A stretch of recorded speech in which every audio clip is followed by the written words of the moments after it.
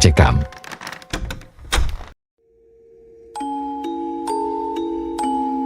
Menghilangkan efek teror negatif dari makhluk halus penunggu keris. Keris adalah mahakarya Tempo dulu yang dipercayai memiliki energi-energi gaib dan bertuah, serta memiliki manfaat-manfaat tertentu. Memang ada sebagian orang yang beranggapan bahwa keris itu mendatangkan sikap musyrik. Akan tetapi, menurut saya, jika kita menangani atau menanggapinya secara benar dan dengan izin dari Allah Subhanahu wa Ta'ala, tentu keris bisa menjadi media bantu bagi manusia. Bahkan, keris bisa membantu manusia untuk meraih kesuksesan. Keris lama, contohnya keris Sepuh Ori yang dibuat oleh Empu pada zaman dahulu melalui proses bertapa dan membaca doa-doa atau mantra-mantra kepada Tuhan yang Maha Esa. Jadi, tidak heran jika sebilah keris yang ori dan juga sepuh atau lama pasti memiliki energi gaib yang sangat kuat. Kisah ini saya mulai dari tahun 1980-an. Narasumber kita kali ini, kita sebut saja namanya Pak Anto. Tentu saja ini hanya nama samaran. Beliau adalah salah satu tamu dari ayah saya. Ayah saya berprofesi sebagai praktisi supranatural. Pak Anto ini terlahir dari keluarga yang benar-benar sangat sederhana. Bahkan bisa dikatakan sebagai keluarga yang kurang mampu. Sejak kecil, beliau sudah harus merasakan beratnya kehidupan. Pak Anto memiliki 4 saudara dan ayahnya berprofesi sebagai pegawai negeri sipil. Sebagai gambaran, profesi pegawai negeri sipil pada saat itu, di era tahun 1980-an memiliki gaji yang sangat kecil, bahkan bisa di bawah tukang becak pada waktu itu. Hal ini tentunya sangat berpengaruh kepada perekonomian yang dialami keluarganya Pak Anto. Sebagai gambaran susahnya Pak Anto di masa kecil untuk makan sehari-hari hanya dengan lauk garam. Karena tidak selalu memegang uang setiap hari, mandi jarang memakai sabun. Untuk gosok gigi, terkadang hanya memakai daun sirih saja. Waktu terus berjalan dan tidak terasa sudah memasuki tahun 1997. Pak Anto akhirnya lulus sekolah SMA. Setelah lulus dari sekolah, Pak Anto memutuskan untuk mencari pekerjaan. Singkat cerita, Pak Anto bekerja sebagai tenaga bongkar muat di sebuah toko material di Yogyakarta.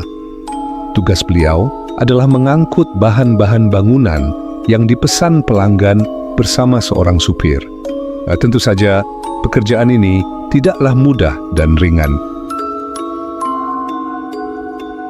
Walaupun pekerjaannya sangat berat, tetapi gajinya justru sangat kecil. Gaji tersebut hanya cukup untuk membeli makan dan rokok saja. Hal ini membuat kehidupan Pak Anto tidaklah membaik, bahkan semakin sulit. Apalagi pada tahun 97, ayah Pak Anto sudah memasuki masa pensiun. Sehingga kehidupan Pak Anto menjadi semakin berat.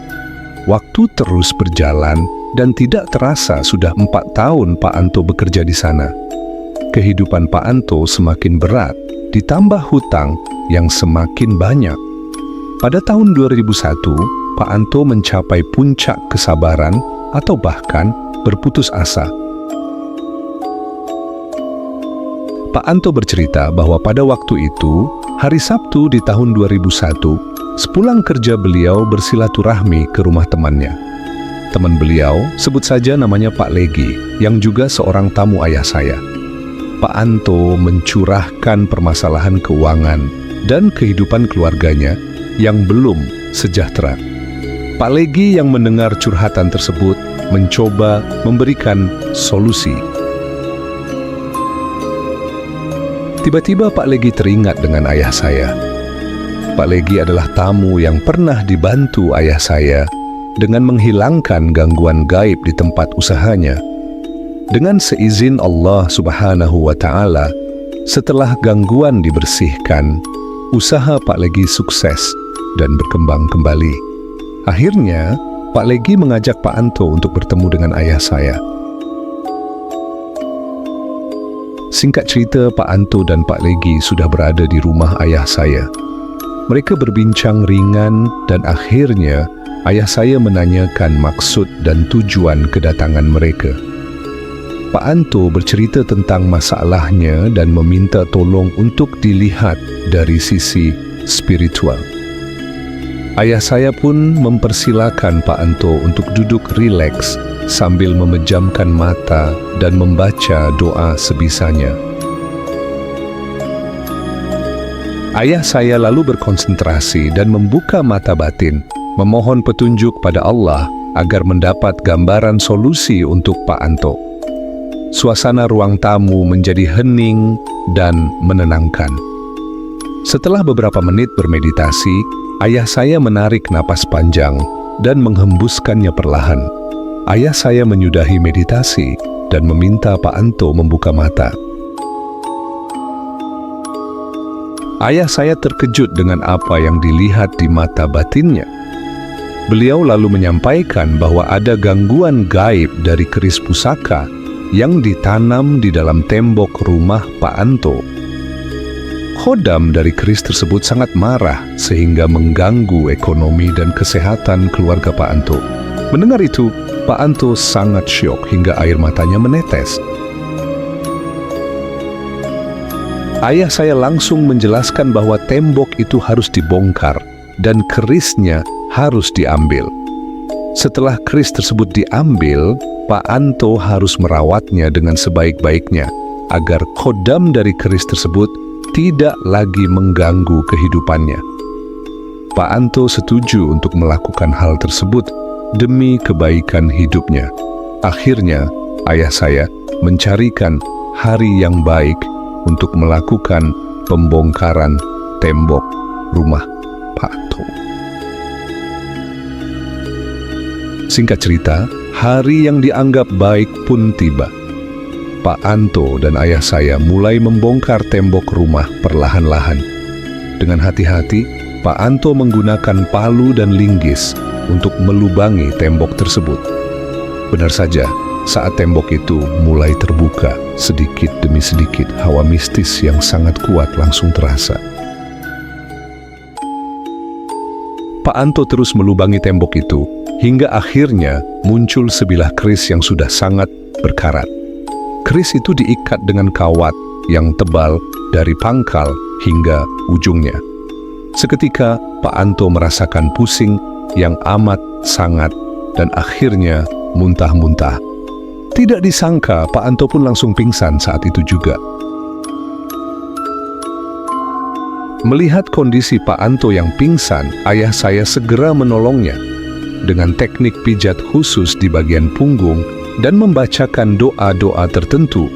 Ayah saya berusaha memulihkan kesadaran Pak Anto. Alhamdulillah, tak lama kemudian Pak Anto pun kembali sadar. Setelah diberi air minum, Pak Anto mulai tenang dan bercerita tentang apa yang baru saja dia alami. Pak Anto mengatakan bahwa ketika dia mencoba meraih keris itu, tiba-tiba muncul sosok laki-laki tua berjubah biru. Sosok itu persis sama dengan yang sering muncul dalam mimpinya.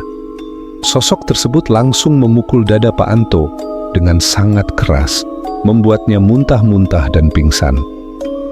Mendengar penjelasan tersebut, ayah saya langsung mengambil keris itu dan mencoba berinteraksi dengan khodam yang menunggunya.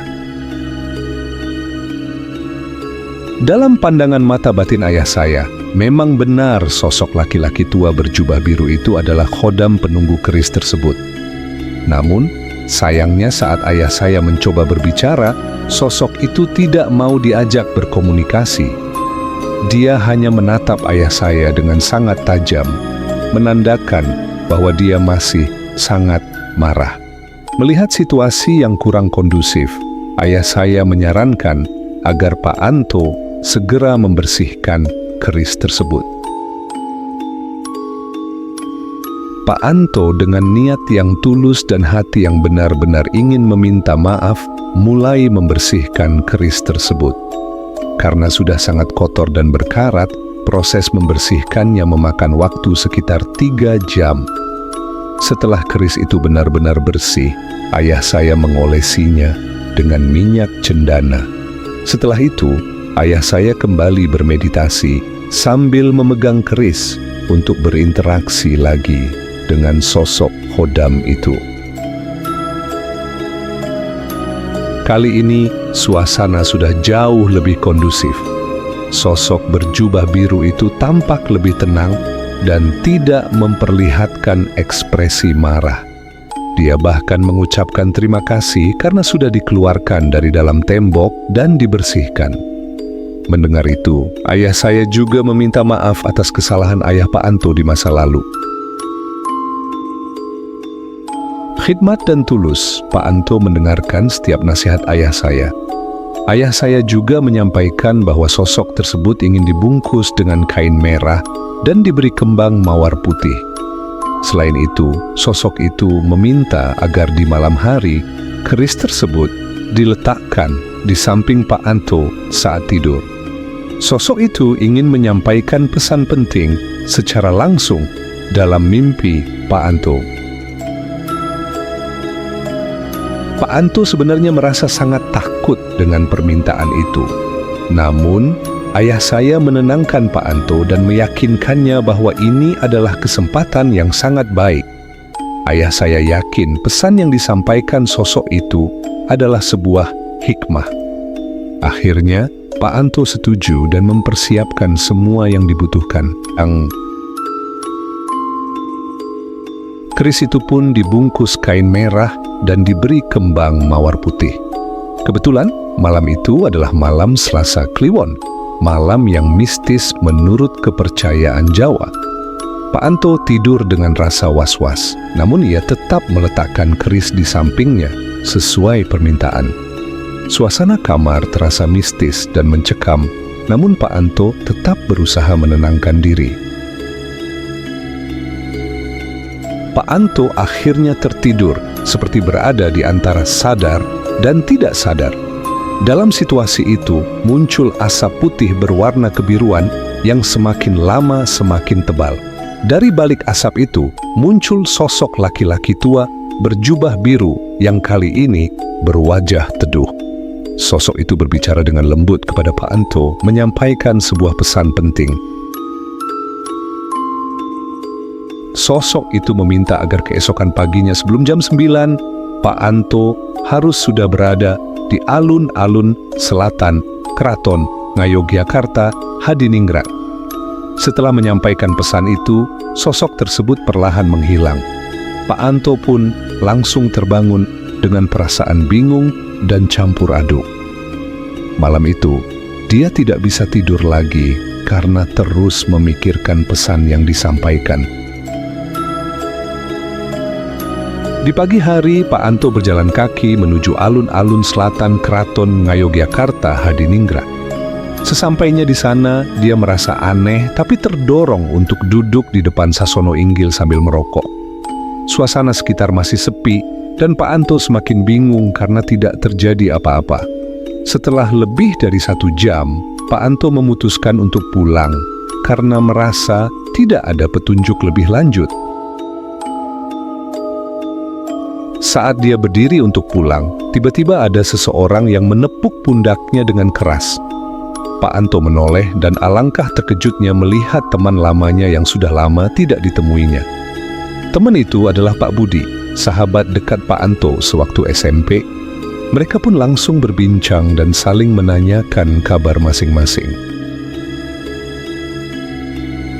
Pak Anto menceritakan semua kesulitan hidup yang dia alami kepada Pak Budi.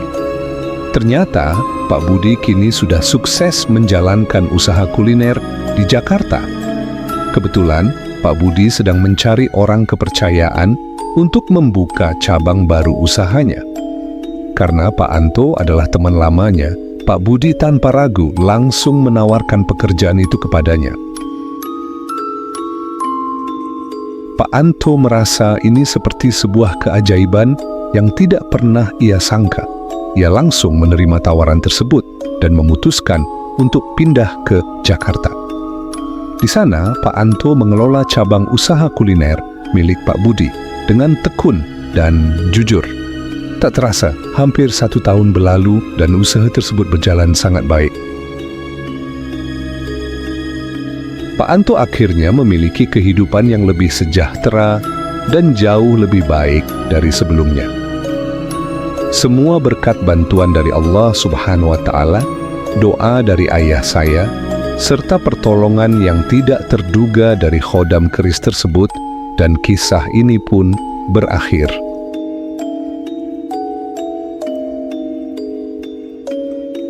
Demikianlah kisah misteri kali ini.